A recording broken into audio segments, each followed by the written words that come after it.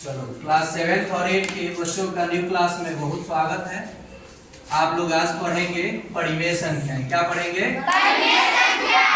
मन लग रहा है आप लोग? मजा आता है पढ़ने? ये डियर टाउन हो जाएगा, ठीक है।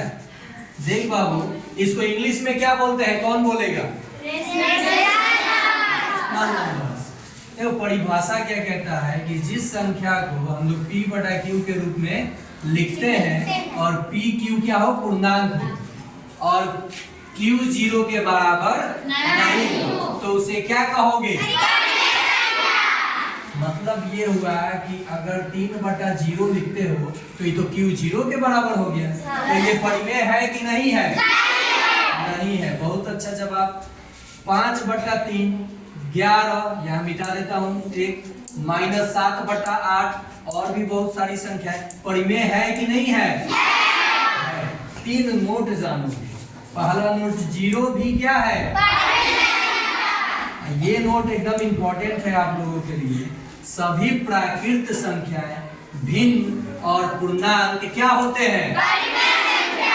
तो प्राकृत संख्या में आप लोग देखोगे 1 2 3 4 5 6, ये इंफिनिटी तक जाता है ना?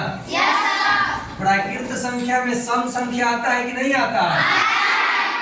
विषम संख्या आता है कि नहीं आता है? भाज्य संख्या आता है कि नहीं आता है? भाज्य आता है कि नहीं आता है? तो जब यह परिमेय हो गया तो इसके जच्चा बच्चा सब परिमेय होगा कि नहीं होगा? यानी अंडा पोठिया परिमेय होगा कि नहीं होगा? होगा ना। जब देखो इसके फैमिली में बहुत सारे लोग थे और ये घुस गया इसके फैमिली में तो सब चले जाएगा इसके फैमिली में, चला जाएगा ना। तो सत्य असत्य में आप लोग जवाब दीजिएगा। क्या सभी सम संख्याएं परिमेय होती हैं? सत्य या असत्य? ठीक है।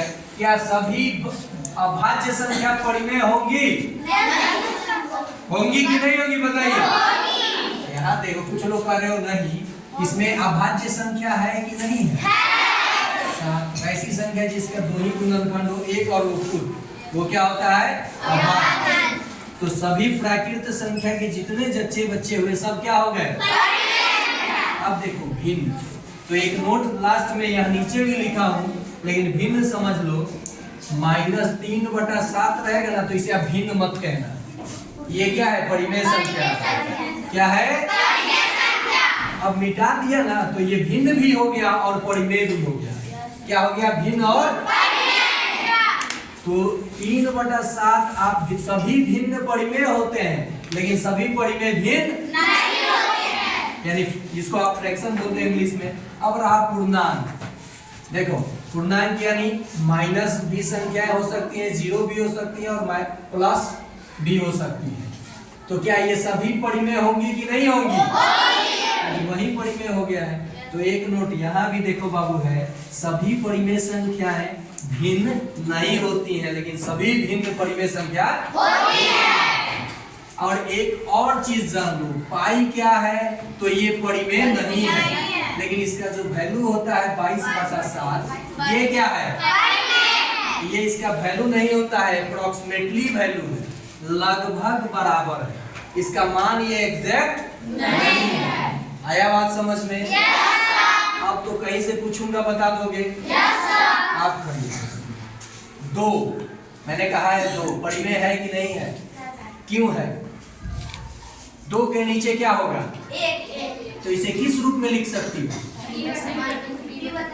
जब रीजन पूछा जाए कि क्यों परिमेय है क्यों परिमेय नहीं है तो रीजन आप अपने तरीके से बताओ। बैठ जाओ, कारण आप खड़े हो जाओ, बताओ बाबू।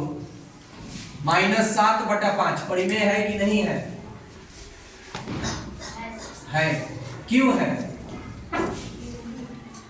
किस रूप में है? बहुत अच्छा।